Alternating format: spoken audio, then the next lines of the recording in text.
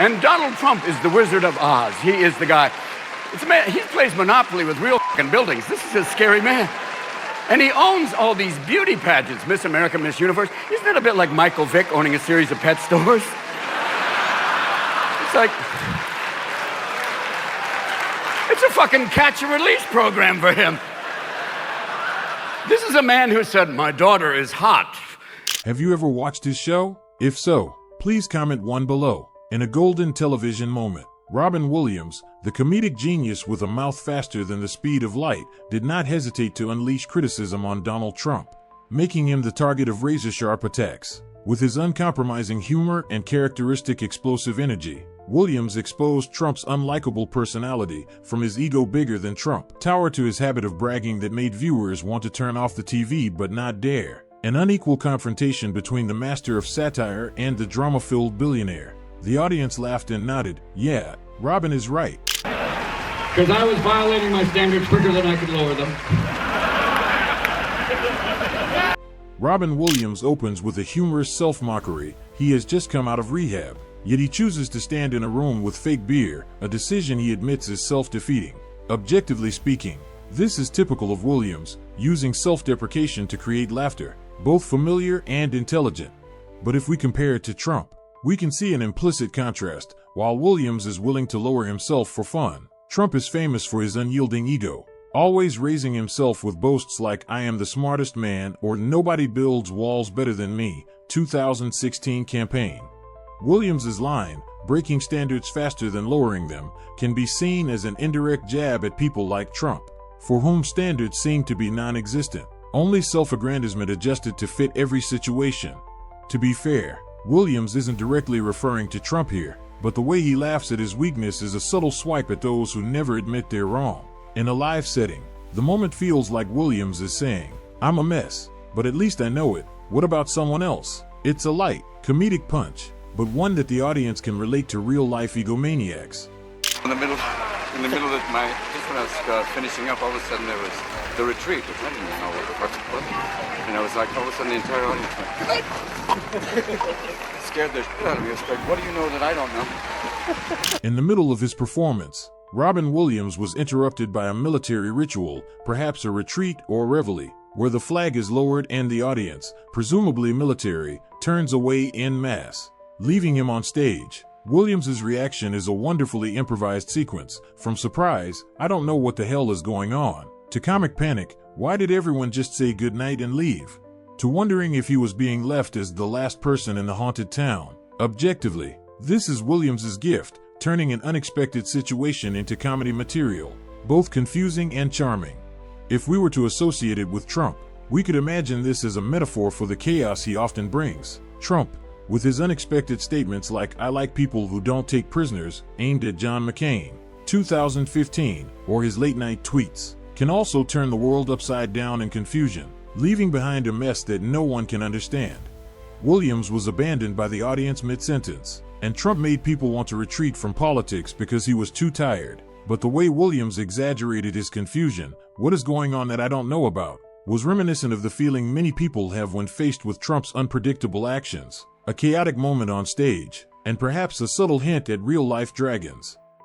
So the flag's coming down. Okay, good, because that's pretty weird in the middle of your act to have everyone just go. That's just like, wow! It's like in the middle of sex to go, bye-bye.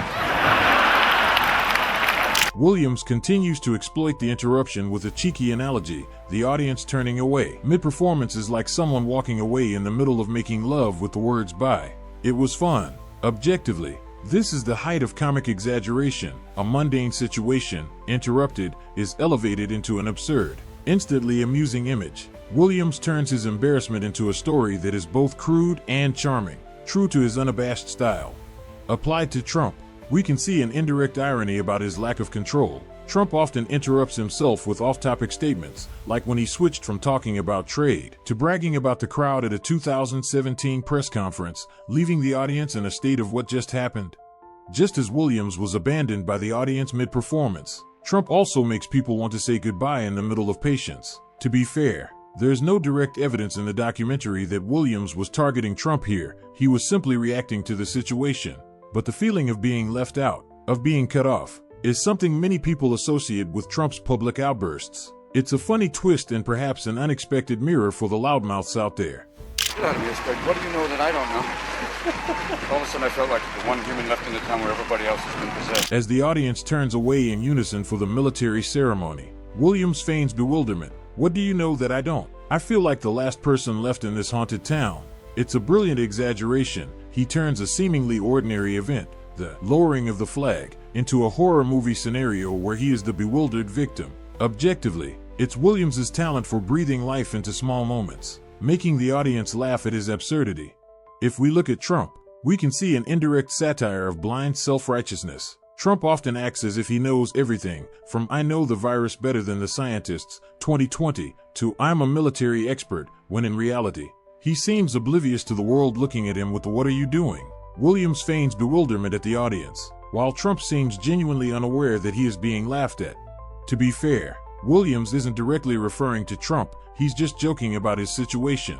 But the all alone against the world feeling Williams conveys is a subtle hint at people who are so self-absorbed that they don't see the truth around them. It's an improvisational comedy but also a mirror to the outsized egos of real life. The boardwalk's a bit run down, though. It's kind of like the Wizard of Oz on acid. Junkies and pimps and pizza, oh my!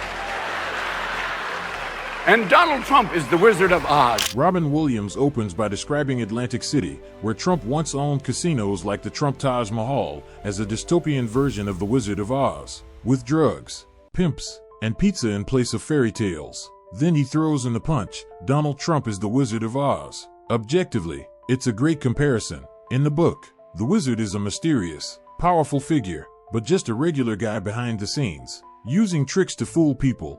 Trump, with his Atlantic City real estate and casino empire, many of which went bankrupt in the 1990s, is a similar figure, a man who claims to be great, but behind the scenes is a financial failure and a city in disrepair that Williams doesn't hesitate to paint.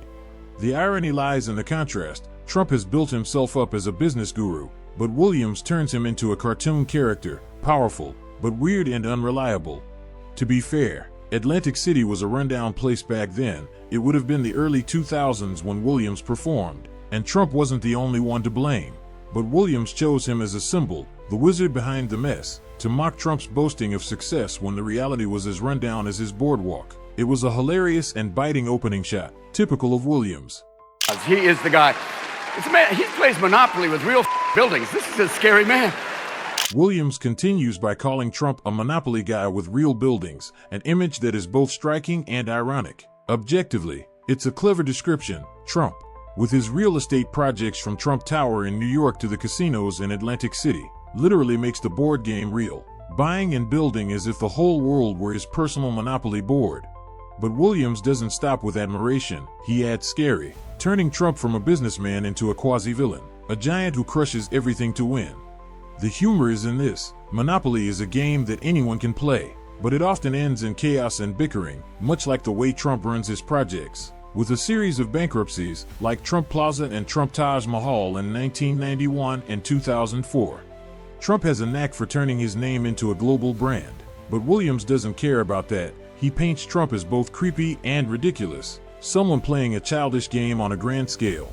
It's a direct jab at Trump's showmanship. He wants not just to win but to know he's winning, even when his board is littered with losing squares. It's a brief but quintessential Williamsian quip, witty and to the point.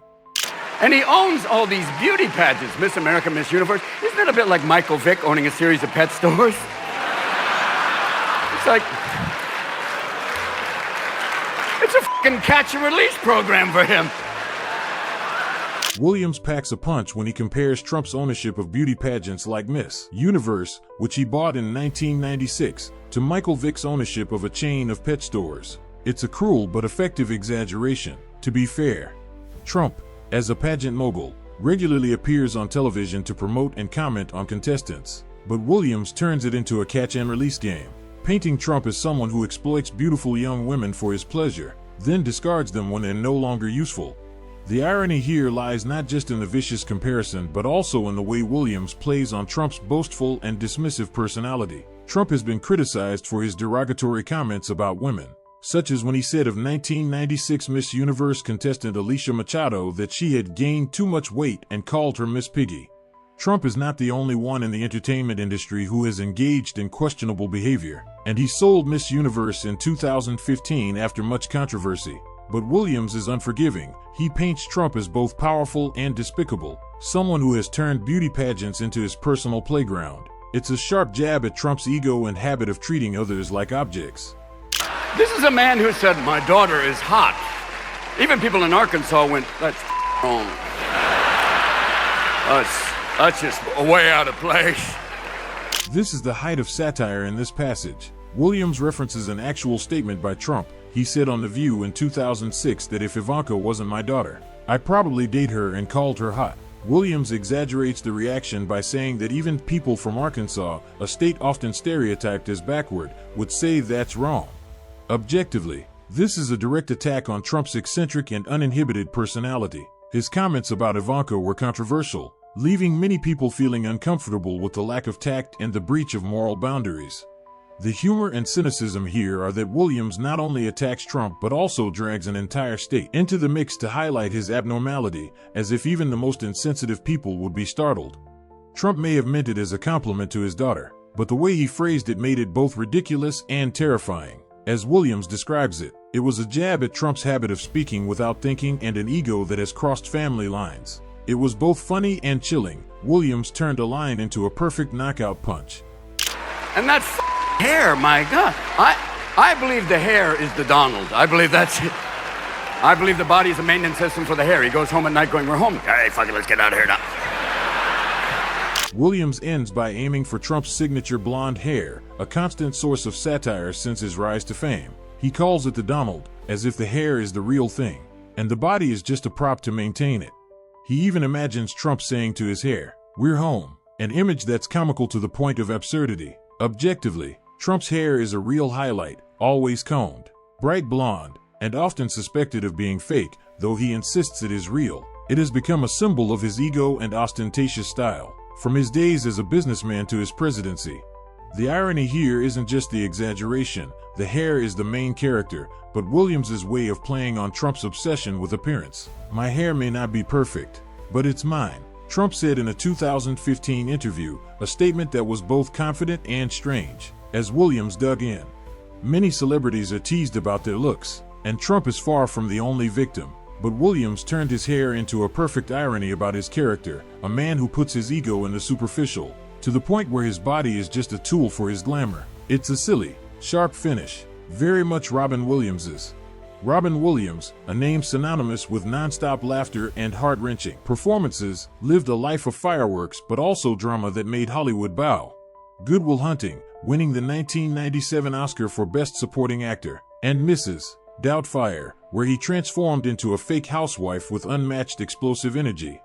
But behind the bright smile on screen was a long-standing internal battle, alcohol and drug addiction in the 1980s, relapses after rehab, and finally Lewy body dementia, a devastating brain disorder that plunged him into severe depression and led to his decision to end his life on August 11, 2014, at the age of 63. His life was a comedy and tragedy, where laughter rang out like fireworks to hide tears, and his death left an unfillable void in the hearts of fans and the entertainment industry.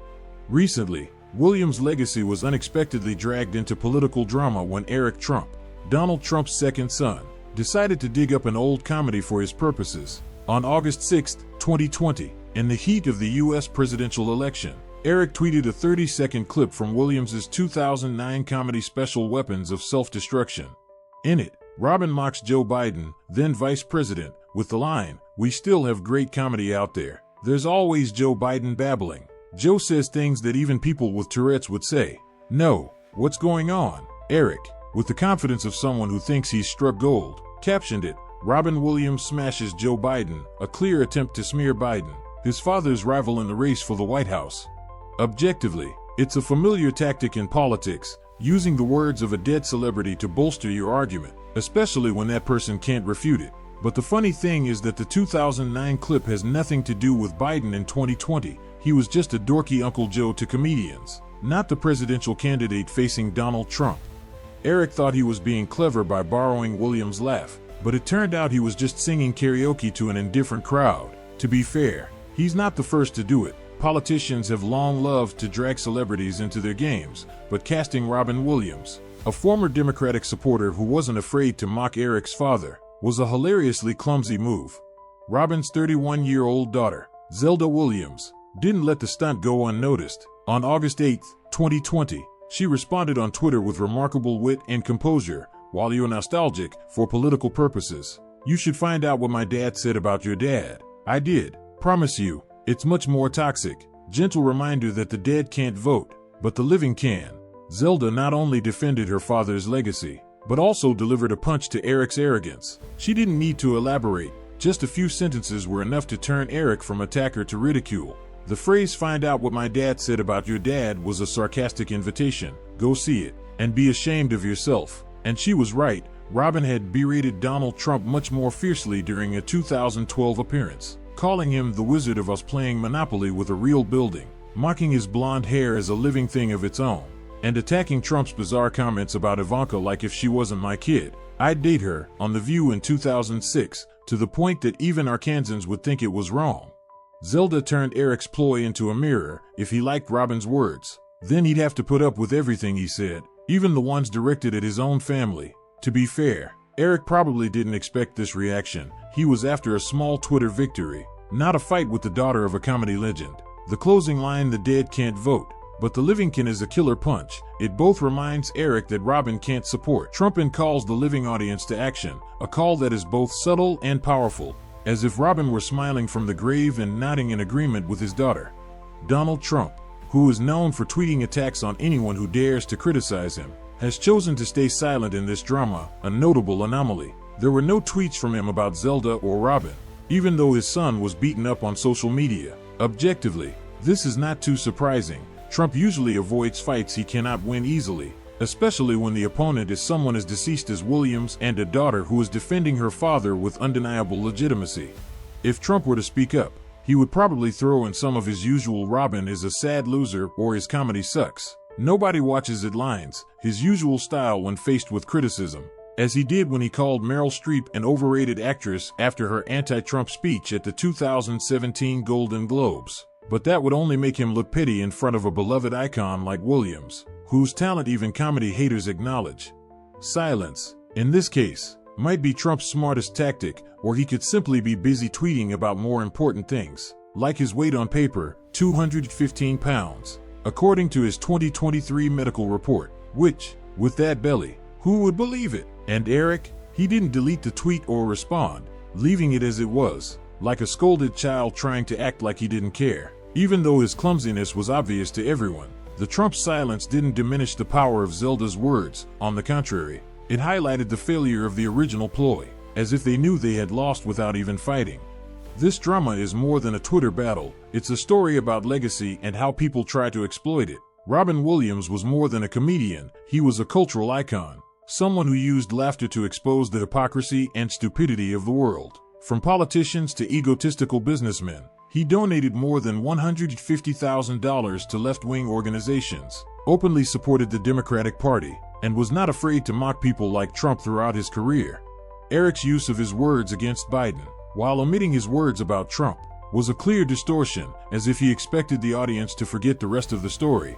Zelda, in her response, defended not only her father but also the values he stood for: honesty, empathy, and disdain for balloon-like egos.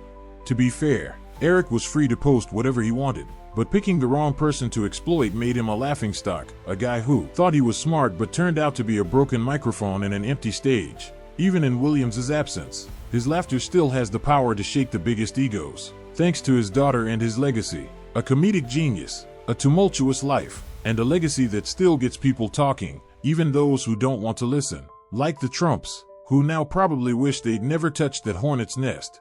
Eric Trump thought he was smart when he quoted Robin Williams, but Zelda gave him a return ticket to reality, and Donald kept quiet as if he had never tweeted before. What do you think of this drama? Are the Trumps crazy, or is it just another day in their world? Leave your comments below, because even from the dead, Robin is still able to shut up the arrogant.